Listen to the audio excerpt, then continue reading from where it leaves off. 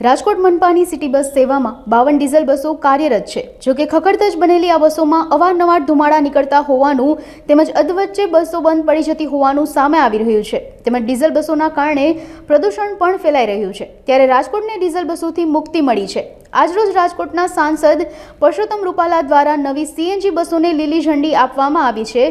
હવેથી 52 ડીઝલ બસોના સ્થાને નવી સીએનજી બસો દોડતી થઈ છે।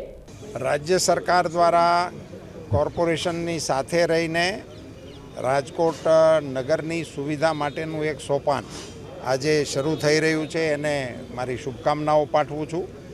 ખાસ કરીને ગેસ આધારિત અને ઇલેક્ટ્રિક બસ સેવાઓનો ઉપયોગ પબ્લિક ટ્રાન્સપોર્ટેશનમાં થાય એને માટે ભારત સરકાર અને રાજ્ય સરકાર દ્વારા સમગ્ર દેશમાં પ્રયાસો ચાલી રહ્યા છે।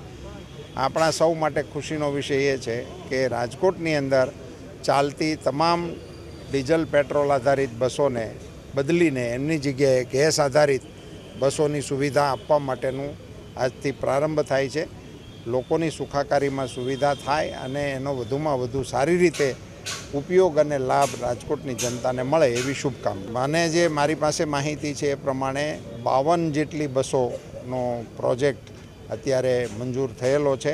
એમાંથી 10 બસો આજે ટોકન આપણે શરૂ કરી રહ્યા છીએ અને મારી જાણકારી પ્રમાણે 15 થી 20 દિવસની અંદર આ બધી જ બસોને ટ્રાન્સફર કરી દેવામાં આવશે।